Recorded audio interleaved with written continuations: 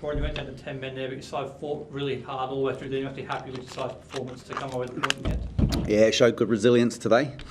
Great character from the boys, in extreme weather conditions and that heat to, take the decision on the chin. It wasn't one that we agreed with, and certainly one that, looking back now, we definitely don't agree with. And but to show that resilience and hold on for a point and keep them out, a quality side like them, I think we'll be the ones taking this as a positive, and I think they'll probably be deflated by that. Did that red card change the way you were going to go about things in the second half in terms of maybe substitutions you might have been planning to make to run over the top of Melbourne? Absolutely, yeah. It changed the game. It's any man disadvantage in this heat was always going to change how we set up from that point on. So, but I honestly thought our lads were tremendous. The way they dug deep, brave, put their head in where it hurt, and kept them out. I thought that was a top effort. And just a word on Macklin performance when he came on off the bench in goal. He made some crucial saves there to keep a clean sheet for your side. Yeah, and people won't know this, but he's injured. He played today injured on one leg, so showed what he can do. And again, just testament. Put his hand up today to play, and played through the pain barrier and pulled off some big saves, and he came up trumps. Warren, why didn't you agree with that decision? You just said now you've looked at it, you definitely don't. Yeah, it's wrong. I'm pretty confident that'll get overturned, having seen it back. Yeah, I'm pretty calm about it. Daggers leads with his foot.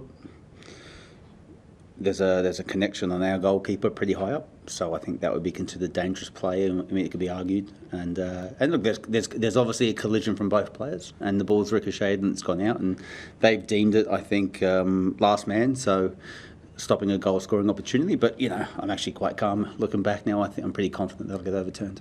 You must be pretty impressed with, even though you did go down to 10 men, you still created some very good chances and could have easily scored a few goals. It was a good sign that you're still able to create with the man down.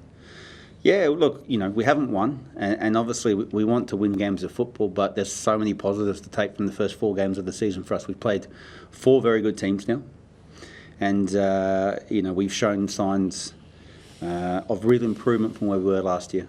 We've shown grit and determination. We've been defensively well structured.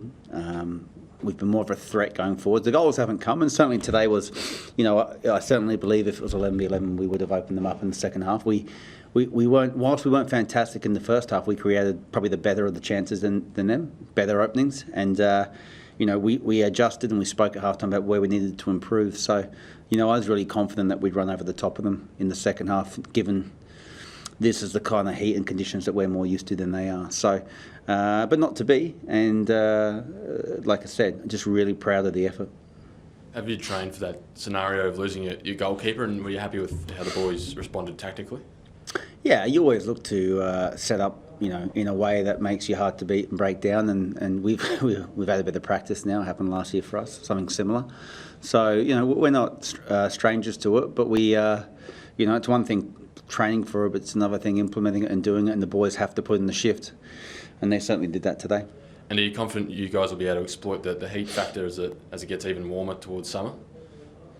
Yeah, look, I don't think anyone likes playing at 2 p.m, not even our boys, but it's a factor for both sides, and we train in this heat, so we expect when sides come up here, it's going to be an advantage. And like I said, I was just disappointed with the timing of the red card, because I felt, given what we spoke about at half time and where we felt we could hurt them, we weren't really given that opportunity to do that in the second half. But again, the positives for us was a clean sheet, really strong defensive performance, and stick with us, because there's a lot of things to like. It's early days, and we rattle off a couple of wins and things change quickly for us. Just one other thing, we saw Zula and Cruz looking pretty sharp at training this week. Where are you at with their signings?